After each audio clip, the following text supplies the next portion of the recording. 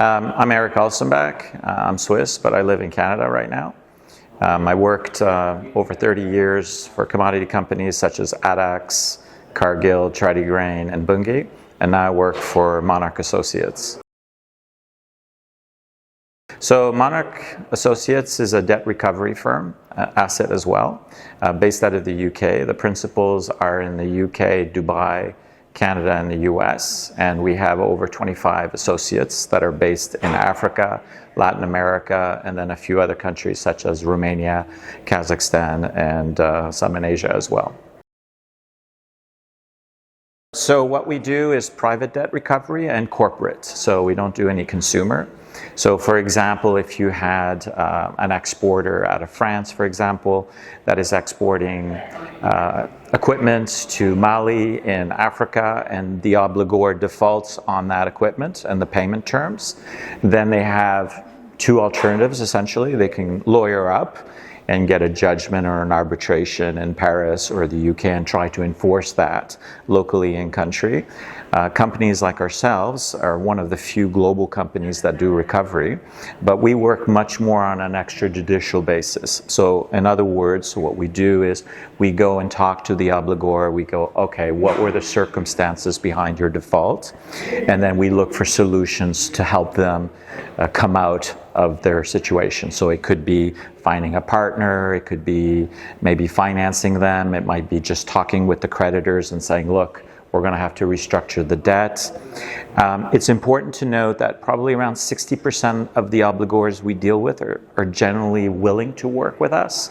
It could be that they had a bad hedge, it could be they made bad decisions, and then others it's much more they don't want to pay, and then therefore we have to do asset tracing and we have to find out where they're doing business and try to attach assets, which that is much more legal in nature. I'll give you a case. We had a plane in Central America. The obligor had defaulted on the plane. My colleagues basically went. We stripped the plane, we sold the fuselage to another counterparty, and then we leased the engines to Turkish Airlines for a 10-year period.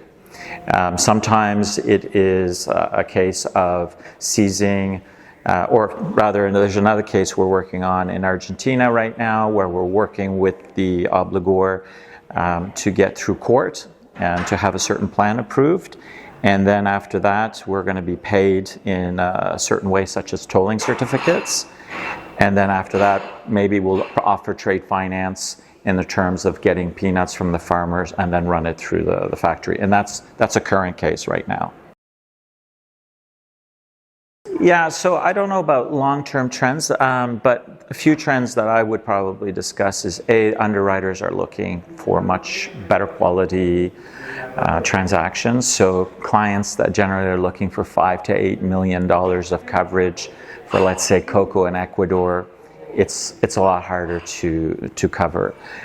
The other thing is too sanctions and other things such as like what we've seen in Russia and Belarus, where before they would have traditionally sold their goods to Europe, now all of a sudden need to sell elsewhere, and sometimes our clients are caught with the financing on this, and so we come in and we try to relocate those trade flows for them.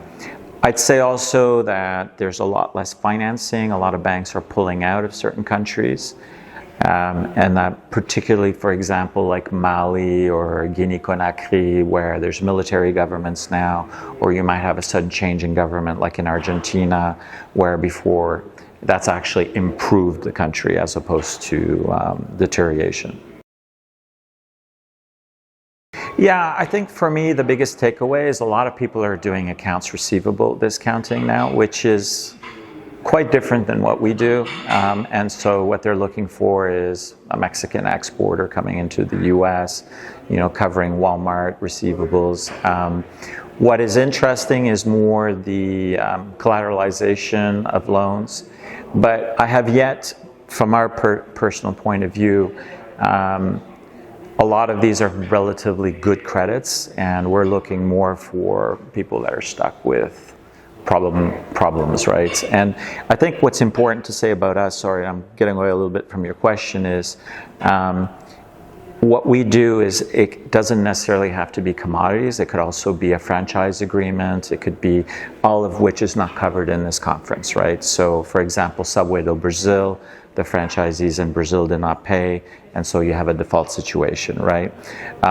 It's also important to say that it doesn't necessarily have to be defaulted. It could be an exporter or a contractor that is doing a project in a particular country and then all of a sudden are not getting paid.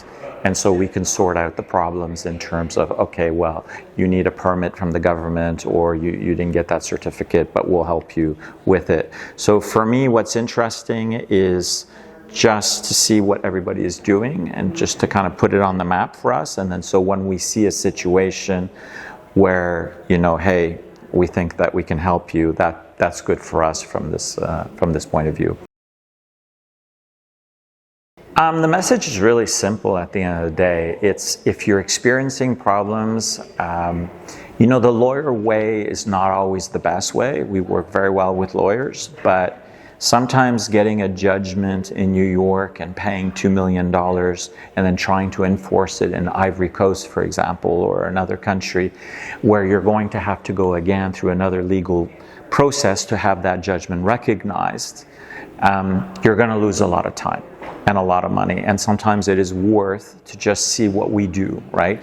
And we can do a two-tracked approach. We can do a legal as well as talking with the obligor. And that would be my single message, right? Don't hesitate to give us a shout. We will never waste your time. We're paid on success, so we're not going to take a case on if we don't think it's recoverable, right? So we're not going to pay. We're not going to charge retainers. All we ask is, you cover our fees. So it can be a low-cost solution to a problem, and also it's just give us a call, right? We'll tell you we've got a big network.